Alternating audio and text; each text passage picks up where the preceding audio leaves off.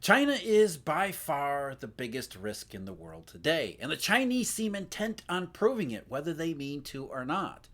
The government there just announced new emergency measures to try to stabilize the situation, but as we know, the more the Chinese government does, the worse you know it must be. But how serious is all of this? And what are some keys to watch for how things might be shaping up moving forward? That's what we're going to go over today. But before we get to those, let's talk about what just happened. Earlier today, the Chinese government announced, the PBoC, People's Bank of China, the central bank, announced that it was going to cut the RRR rate by 50 basis points on February 5th. And this is unusual for a couple of things. First of all, it's a 50 basis point cut to the RRR rate, which normally they do 25, at least in more recent times. The PBoC has been more predisposed to do a 25 basis point rate cut rather than 50. Not only that, the Chinese government, the PBoC, altered its procedure. Normally what happens is the state council in China makes some comments that gives you a sense that something like this is coming. And then the PBoC puts up the announcement on its website, and then the RR cut or whatever the policy may be actually happens later on. But now they completely circumvented that process, and Pan Gongsheng, the governor of the PBoC, just came out and announced February 5th we're going to do a 50 basis point RR cut. So already a couple signs that authorities are becoming a little bit more concerned about the situation there. And there's every reason to be concerned. Obviously, the economy is not developing as everyone had hoped. It started with reopening last year, which basically fell flat almost immediately. And then the initial round of stimulus measures the Chinese government put out, they didn't seem to help. And even the Western media, which all throughout last year was talking about how China had turned a corner, and then it turned a corner, then China turned a corner. Every couple months, China had turned a corner. Even the Western media nowadays has given up on all that because the economic statistics don't leave you much for interpretation these days. Essentially, the economy continues to get worse and slow down and is not responding to government efforts, or any efforts for that matter. And there are warning signs in the financial system that the real estate situation isn't just a real estate situation. It may be spreading further afield. We already know Chinese banks don't want to lend, and now the government is coming along saying, yeah, we kind of see it too. That's the implication for all of this stuff here. So the RR cut, first of all, again, 50 basis points is double what it normally would be. And the alteration of the procedure suggests that they're a little bit more nervous about this time around than maybe they would normally be. In fact, this quote from Bloomberg, I think, put it really well here. Announcing an RR cut in advance suggests there's no other effective tools available to stem the market rout. So as stocks have been plummeting throughout January, authorities have become increasingly nervous and then decided, this is basically all we have.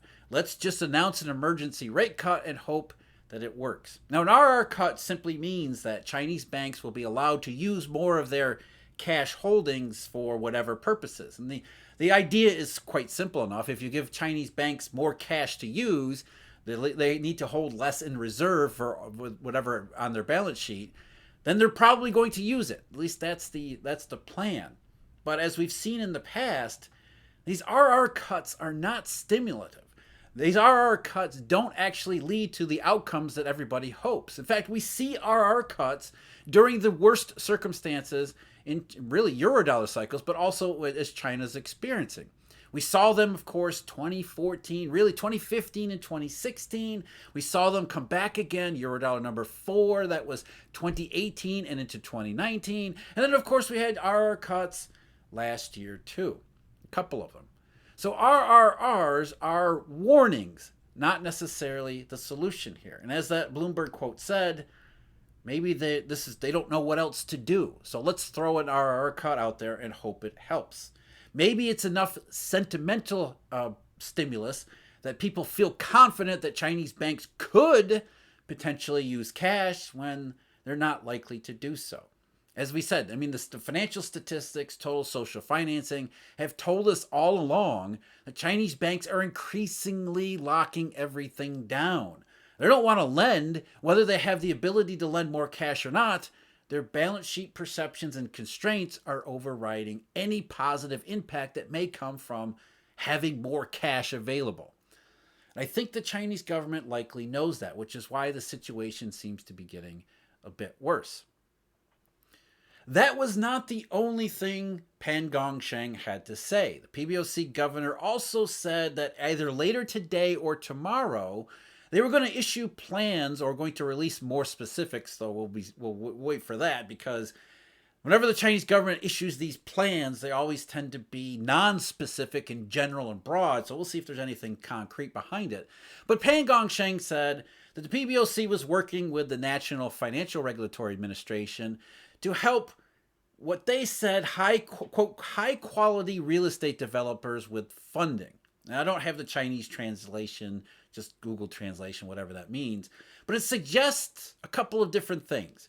One, they don't want to necessarily bail out the bad apples here, but they are definitely willing to work with high quality developers to make sure that they can stay in business and do what the Chinese government and the Chinese economy needs them to do. But the further implication of that is, has the funding problem spread to now high quality developers such that the central bank and other agencies within the government feel that they have to help out high quality developers too? That would be a particularly ominous signal.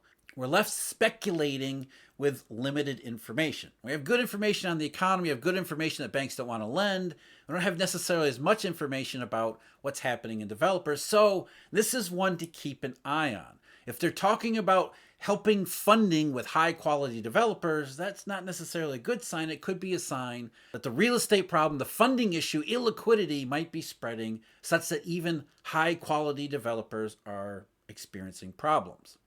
Focused more in response to the stock market route, a couple days ago, Chinese authorities floated this idea they were also going to put together a rescue plan for shares. According to Bloomberg, policymakers are seeking to mobilize about 2 trillion yuan, the equivalent of about 278 billion, mainly from the offshore accounts of Chinese state-owned enterprises as part of a stabilization fund to buy shares onshore through the Hong Kong exchange link, said the people asking not to be identified, discussing a private matter. They have also earmarked at least 300 billion yuan of local funds to invest in onshore shares through China Securities Finance Corp or Central Huijin Investment Ltd, the people said.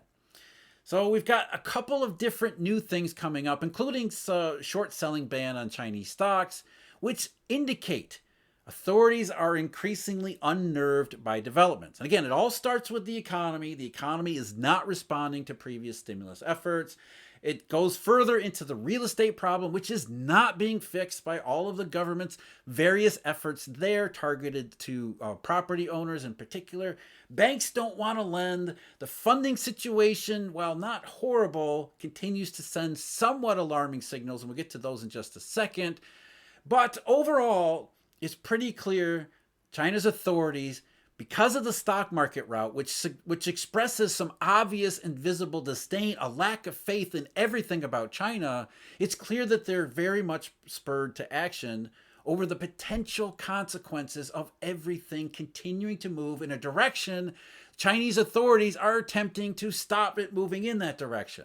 It's not being stabilized, so continued escalating efforts, RRR cuts, as well as these other nebulous plans that the Chinese are going to come up with to try to calm everything down, because it's increasingly not calm.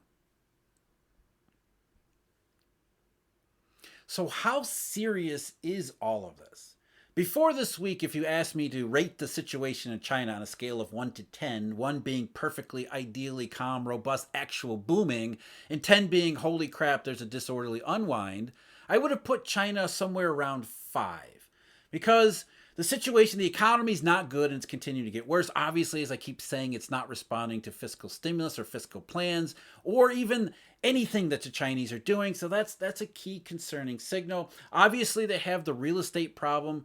They have a massive real estate imbalance that's not just about real estate developers. It goes much deeper than that. So that's already existing, and that's always been least for the last decade, a potential risk that could tip the balance of China into a potentially disorderly unwind, and something Xi Jinping has focused on throughout his tenure. So they have the bubble, the lack of economic growth. That's already a danger, but that's one that's been lurking in the background. So you have an economy that's continuing to slowly degrade, a real estate situation that's potentially a major problem, but hasn't been so far. To me, that merits about a 5 on the risk scale. But with what just happened, the stock market, authorities reacting to it, the 50 basis point rate cut in the RRR, altering the procedure for announcing the rate cut, the stabilization plan, especially this idea we might need to rescue or help funding of high quality developers, these are potential signs of further degradation and deterioration. So maybe we're now moving from a 5 to a 6, potentially a 7, depending upon a couple things from here. So let's talk about what we should be looking at as far as analyzing the situation and assessing the situation as China moves forward from this point. Now, of course, there's going to be a knee-jerk honeymoon period, because there's always a knee-jerk short-run period where everybody says, oh, the Chinese authority, they're finally gotten to their senses and they're coming to our rescue. So there will be a short-run period where everybody is probably almost euphoric. And we've already seen that. China's stock market, the Shanghai Exchange, up last couple of days, up big again today. The Hong Kong stocks were up big again today. I think they gained, the Hong Kong Hang Seng Index has gained almost 1,000 points just in the last 2 days. And I'm going to point out here the Nikkei stock index, Japan, has been down the last couple of days, going back to yesterday's video. But essentially, there's this honeymoon knee-jerk period where everybody gets really optimistic that maybe this time the Chinese will go far enough and that will fix the situation. So we want to step back and let the short run its course and then see how everything develops after that. But some things to really look for here. For further deterioration, if we're at a 6 right now because of what's happening, the government's response to the situation, what would make it into a 7 or worse, 8 or 9 or something like that? We would see more disorder and volatility across financial indications, starting with the Chinese yuan, the exchange value. Right now it's hanging around about 7.20 to the dollar, and the authorities clearly would like it more up about 7.10. In fact, Xi Jinping, in a speech he just gave recently, referenced a strong yuan. That's something he would like to see. Right now the CFET's midpoint parity is about 7.10. So 7.20 is still yuan, which is been basically sideways for the last 6-7 months here, but it's been volatile and it's been through a lot of effort just to try to keep it at 7.20, which is a weak number. But if the yuan continues to weaken from here, that would be a sign of further escalation in the overall Chinese situation. So we'll keep an eye on CNY. That's a good one to start with.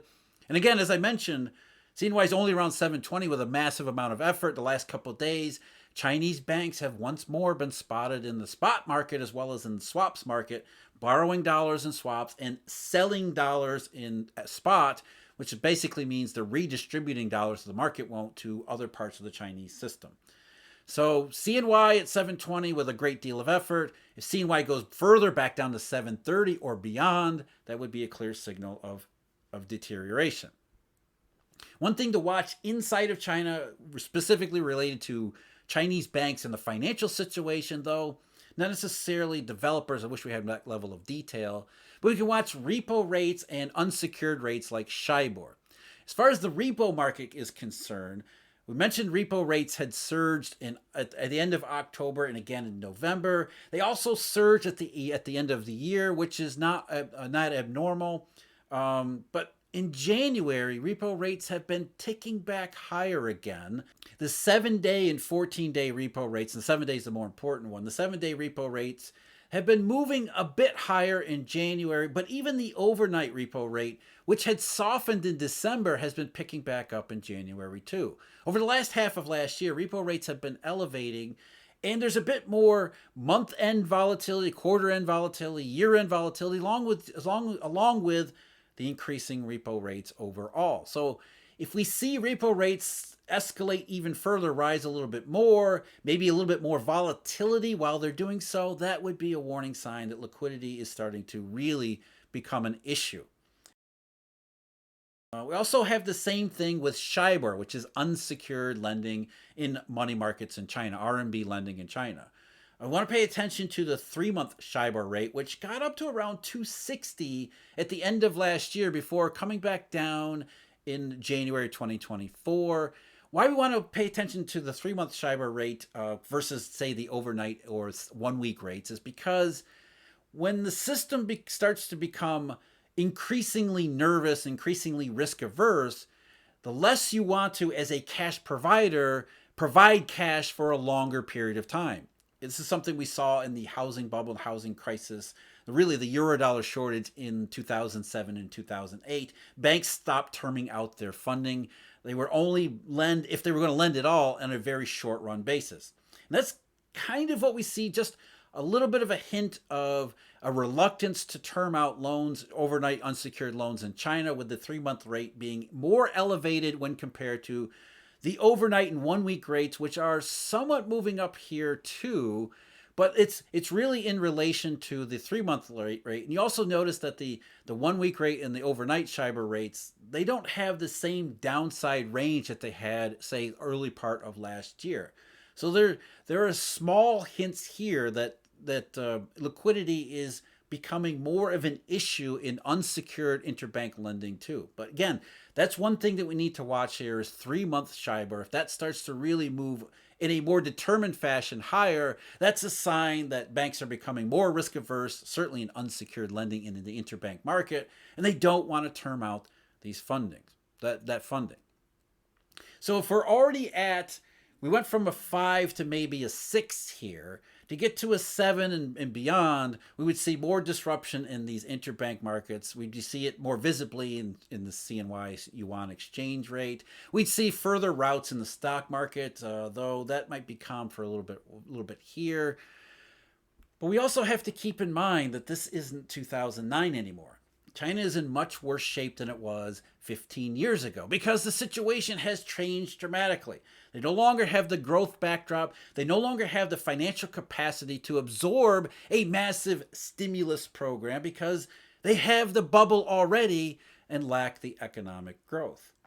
So what the Chinese are really trying to do is let the air out slowly, but in letting the air out slowly against that backdrop, it risks this possible disorderly unwind. And what we see in the economy and the real estate sector, in its lack of response to government efforts so far, suggests that the risks are not trivial here.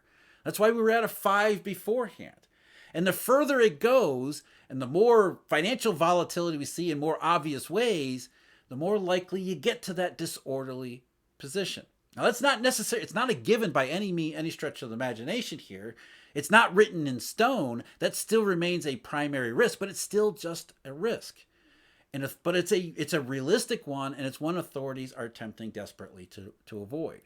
So we're going to keep our eye on CNY, repo rates, Shibor rates, economic data, of course, but also the government's response to everything.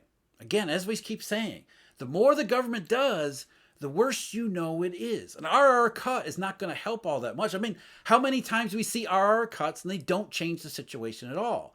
They're an acknowledgement that it's getting worse, that the situation is becoming more of a problem than authorities find being comfortable with. And so today's measures, they moved us from a 5 to a 6, and now we're going to see how it plays out in the short run. Is there any positive effects this time around beyond just a knee-jerk honeymoon? Is it going to last? Is it going to produce positive results in the real economy, in the real estate market? Or if it doesn't, does it lead to a further round, a ratcheting down, more deterioration and degradation that we can detect and see, and then we'll see what happens from there. But China is the world's biggest risk right now, and it doesn't just mean it's a problem for the Chinese. There are direct consequences in terms of trade across the rest of the world. There are more indirect consequences about how these financial risks are shared around the rest of the world, Japan and the Nikkei, for example, as well as geopolitical risks. If it gets really bad in China, does that raise the probability the Chinese do something truly horrific? Is Japan's Nikkei a signal of investors fleeing from China? That's the question we investigated in yesterday's video. That's the one I've got linked below me. As always, I thank you very much for joining me. Huge thank you, Eurodollar University members and subscribers. Until next time, take care.